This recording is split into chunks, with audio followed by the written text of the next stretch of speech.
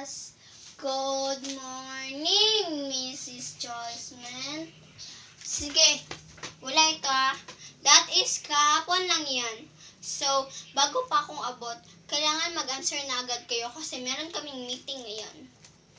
Wait. Sino nga answer nito?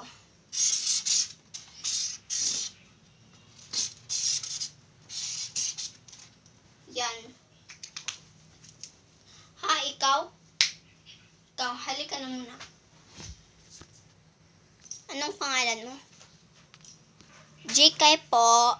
Sige, answeran mo na yon. Okay po, ma'am.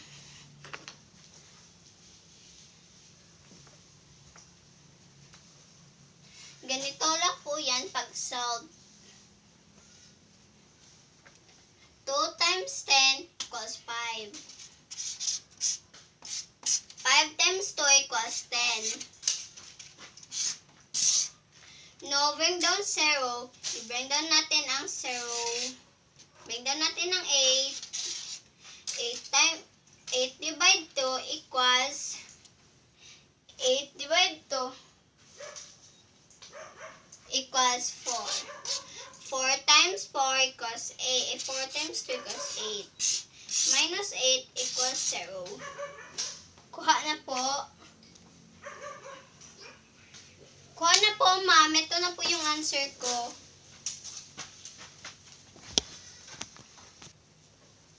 Wow! That is very good, JK. That is you. JK plus 10. Like this, check. Salamat sa pag-unlad mo, check, guys. Salamat!